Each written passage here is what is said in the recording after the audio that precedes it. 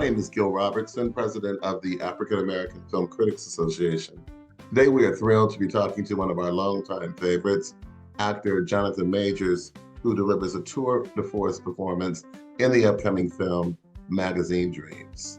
We're going to kick things off by introducing you to the AFCA members on the call today, starting with Nick Hamilton in Los Angeles, Nancy Green in LA, Mercedes Springer in Atlanta, Jill Monroe in Los Angeles, Emmanuel Noisette in Chicago, Illinois, Karan Noir Kelly in Charlottesville, Virginia, Dana Abercrombie in New York, New York, Anthony White in New York, New York, and Michael Sewell in the nation's capital of Washington, D.C. Woo!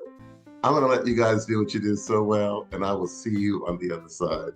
Hey, what's going on, Jonathan? Anthony with the movieblog.com, unofficial member of the Kang Gang. Just wanted to say, first and foremost, thank you, right? I don't know if anybody else is going to say it, but thank you. We all see what you're doing. You're carrying yourself with such class. We're all very proud of you. I just wanted to say thank you for coming out and giving us your time this afternoon. Thank you, brother.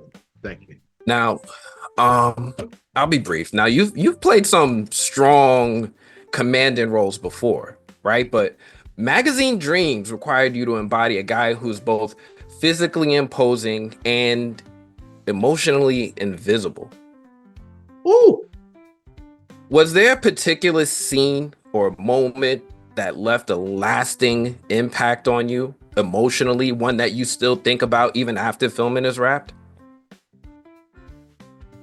Wow.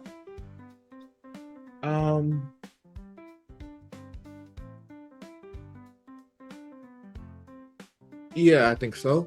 I would say, okay, guys, don't get upset. You'd have to tell me if this part's in the movie because I've not seen it. Okay. So after the exchange, we'll call it, with Brad, and he leaves the trailer, is there a walkout where we're just on Killian? Yes, I'm seeing head nod. Okay. Kind of. My brother says kind of.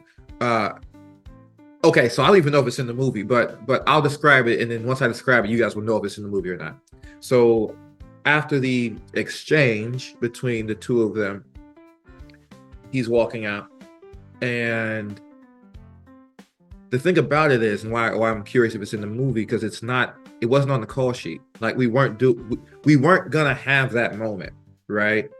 Elijah saw what was happening in the where I was at in the room. We took it there. I mean, we didn't take it there, but you know what I mean? Like I was there, you know, and Killian was there, and Adam, the DP, kind of came in and was like, "Hey, I think we should." Cool. Yeah, like, can you? You know, they were very gentle. Like, can you?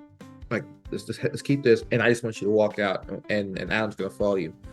In that moment, for me, right, we talk about the American dream. He's literally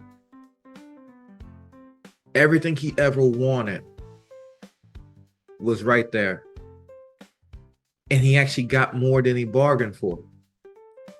And he realizes it, right?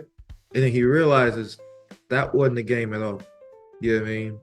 We're not talking about preferences or anything like that. It's just, it's manifested itself in the most real way. Connection, fame, you're right there. And the disappointment and the confusion, right? And the hurt of that, when he walks out, I remember Adam was right on Killian, and he just has me walk out, and he's just full of whatever it is. And all that thinking is happening in his head right there, right? We went one time.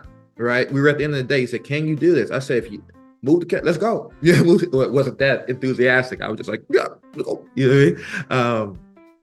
But that moment, right, where like it's not always what you think. You feel me? Like from that moment, right, you begin to understand the world you thought you wanted is fucked, right, by your standards, right. If you like that world, sure. But it's fucked by Killian's standards.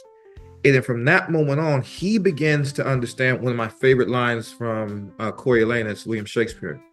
He begins to understand that there is a world elsewhere, right? And from that moment, we kind of start turning the piece. In that moment, cut, done, I think about quite often, where I go, all right, got it. You know what I mean? Got it. You have everything you want, right? And now you've got to continue. You've got it. Now you have to continue without that. What's that gonna look like? You know what I mean? Do you still want it? Do you still want it? You know? My answer is, fuck yeah, bring it, come. You know what I mean?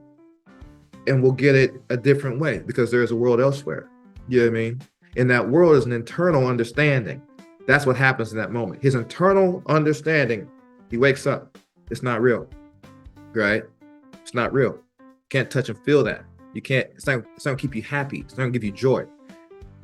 And then we start the next act of the film, the final act of the film, I believe, where he kind of comes back to a new home, right? That's where we kind of have things in common. Thank you for that. Thank you for that. It's nice to hear that insight from your perspective of being a celebrity and, you know, being in that world. So I really appreciate you giving me that insight. Yes, sir. Celebrity, allegedly. No, you're a celebrity, man, and a very, very one of the most talented actors that we've seen in quite some time.